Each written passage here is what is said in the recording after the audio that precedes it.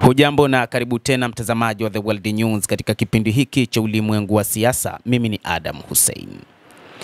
Baada ya kuingia madarakani kwa rais wa Marekani Bwana Donald Trump, miongoni mwa mambo ambayo alisaini ni pamoja na kutotoa fedha kwa ajili ya mataifa ama kwa ajili ya usaidizi wa kigeni. Fedha hizi zilijumuisha pia misaada kwa ajili ya uchumi, lakini pia utoaji wa misaada kwa ajili ya madawa mbalimbali, hasa yale ya kufubaza virusi vya ukimwi. Lakini sasa baada ya tangazo hilo ambalo alilitia saini rais mwenyewe Bwana Donald Trump na hatua kwanza kuchukuliwa, kuna mataifa 10 ambayo yapo hatarini zaidi kwa ajili ya kupata maambukizi ya virusi vya ukimwi, na kwamba hali katika mataifa hayo itakuwa ni mbaya zaidi. Uamuzi wa serikali ya Trump kusitisha misaada ya kigeni ilikuwa ikisimamiwa na shirika la misaada la Marekani USAID imesambaratisha usambazaji wa matibabu ya virusi vya ukimwi VVU, ambazo kutakuwa na uhaba wa dawa za kupunguza makali ya virusi vya ukimwi. Hii ni kwa mujibu wa shirika la afya duniani WHO. Kusambaratika katika programu ya kuzuia na kupambana na HIV huenda kukalemaza juhudi zilizofikiwa ndani ya miaka 20. Hii ni kwa mujibu wa mkurugenzi mtendaji wa WHO Tedros Adhanom Ghebreyesus, ambaye amesema hayo katika kikao na waandishi wa habari. Amesema kuwa shirika hilo lina wasiwasi kwa upungufu wa dawa hizi za VVU utasababisha maambukizi mapya milioni 10 na vifo milioni 3 vilivyochochewa na virusi vya ukimwi. Katika idadi hii yapo mataifa kutoka bara la Afrika, na moja kati ya nchi hizo ni pamoja na Kenya. Kenya ikiwa na watu zaidi ya milioni 1.4 wanaoishi na VVU ni nchi inayopata ufadhili mkubwa kutoka Marekani. Mashirika yanayopambana na kukabiliana na virusi vya ukimwi nchini Kenya yalipokea dola milioni 187 mwaka uliopita, mwaka 2024. Ni nchi ambayo hutegemea sana program zinazofadhiliwa na Marekani kusambaza ARV. Usitishaji wa misaada ya kigeni kupitia shirika la USAID utakuwa tishio katika matibabu ya maelfu ya watu wanaoishi na VVU, na huenda ikazidisha sugu dhidi ya dawa za virusi hivyo na kuongeza idadi ya maambukizi mapya. Mnamo Machi tarehe 4, takribani vituo vya afya 167 vilifungwa kutokana na upungufu wa ufadhili, na iwapo hakuna mikakati ya haraka itawekwa, huenda vituo vya afya 220 vikafungwa zaidi mwezi Juni. Mamlaka za afya nchini humo zimeanzisha mikakati ya haraka kutafuta wafadhili wa programu hizo ili kuepuka janga la afya nchini humo. Kenya inahitaji shilingi bilioni 5 kufadhili programu za matibabu ya ndani ya miezi mitatu. Taifa jingine ni Nigeria. Nigeria ni taifa nambari 2 katika Afrika ambalo lina watu wengi zaidi barani Afrika. Ambalo lina watu wengi. Nigeria ina idadi ya watu karibia milioni 1.7 wanaoishi na VVU na kulifanya kuwa nchi ya 3 yenye mzigo mkubwa wa VVU barani Afrika. Mwaka 2024 Nigeria ilipokea msaada wa dola milioni 220 za kwa ajili ya kupambana na virusi vya ukimwi kutoka Marekani na kuifanya kuwa miongoni mwa manufaika wakubwa na usaidizi wa kigeni. Ijapokuwa viwango vya maambukizi vimekuwa vikipungua Nigeria, athari za kufungwa kwa USAID zinaweza kurudisha nyuma mafanikio haya. Ikiwa utaondoa mchango huu mkubwa wa serikali ya Marekani, tunatarajia kwamba katika miaka 5 ijayo kutakuwa na vifo milioni 6.3 vya ziada vinavyohusiana na virusi vya ukimwi. Winnie Byanyima, mkuu wa UNAIDS, aliliambia shirika la habari la BBC Africa Daily Podcast. Hata hivyo, nchi ya 3 iliyotajwa ni pamoja na Sudan Kusini. Mfumo wa huduma ya afya nchini Sudan Kusini tayari ni dhaifu kutokana na migogoro inayoendelea na watu kuyahama makazi yao. Nchi inategemea sana ufadhili kutoka nje kutoa matibabu ya VVU. WHO inasema kwamba kusitishwa kwa misaada ya Marekani kunaweza kusababisha uhaba mkubwa wa ARV na hivyo kusababisha ongezeko kubwa la vifo vinavyotokana na VVU ikiwa hatua za haraka hazitachukuliwa. Mali ni taifa la 4 katika Afrika ambalo maambukizi mapya ya VVU yanazidi kuongezeka.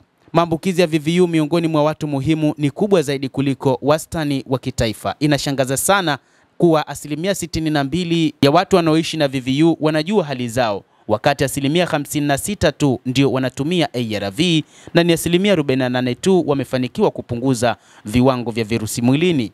Bila ufadhili, huduma ya matibabu inaweza kupungua zaidi, ikirudisha nyuma miaka ya juhudi za kudhibiti VVU.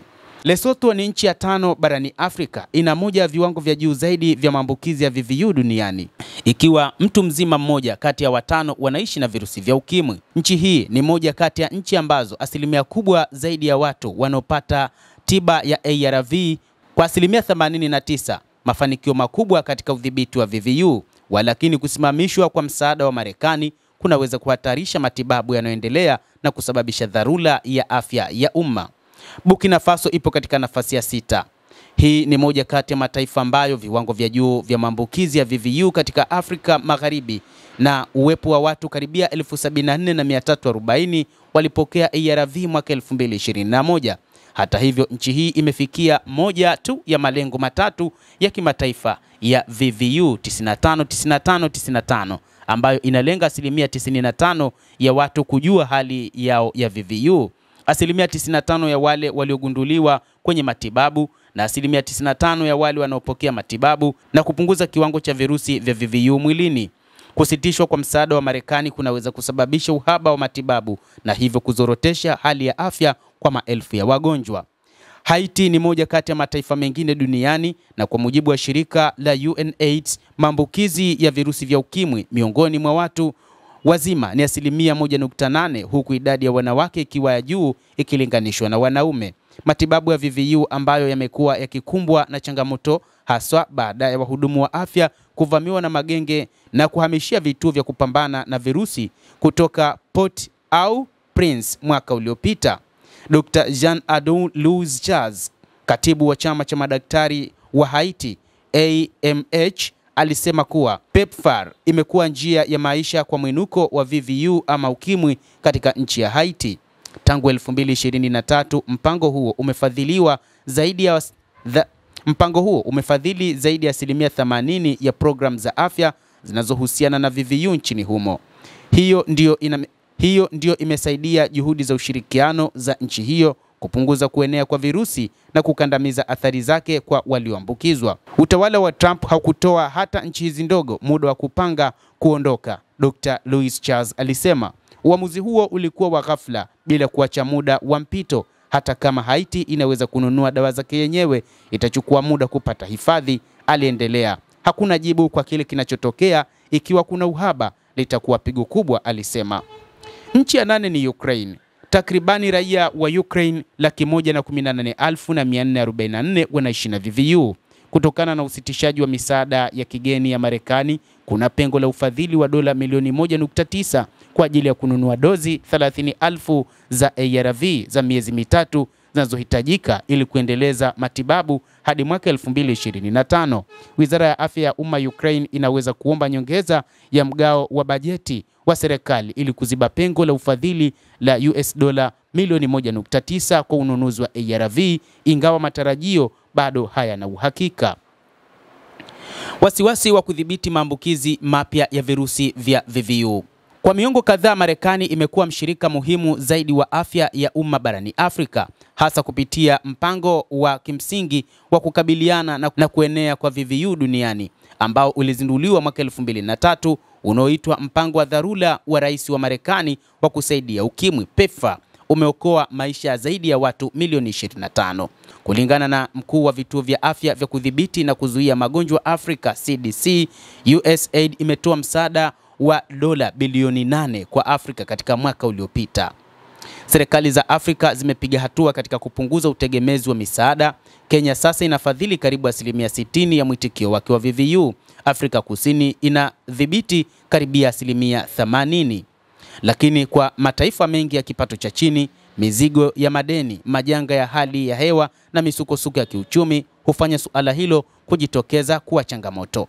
Basi mtazamaji, endelea kutufuatilia, lakini kuna athari kubwa ambazo Marekani itazionyesha wakati huu ambapo ugonjwa wa ukimwi utaongezeka kwa kiasi kikubwa barani Afrika na hata katika mataifa ambayo tumeyataja kwamba yapo katika hali mbaya kiuchumi na kutokana na vita vinavyoendelea. Hii itakuwa ni janga kubwa mno. Imetajwa kwamba mataifa mengine mawili yaliyosalia ni mataifa ya Mashariki ya Kati ambayo ni pamoja na Palestine, lakini mataifa mengine ni pamoja na Yemen pamoja na Lebanon. Mtazamaji, endelea kutufuatilia. utaendelea kufahamu mengi yanayojiri duniani, na usisahau kulike, kucomment na kusubscribe channel yetu hii. Mimi ni Adam Hussein. Endelea kuwa nasi wakati wote.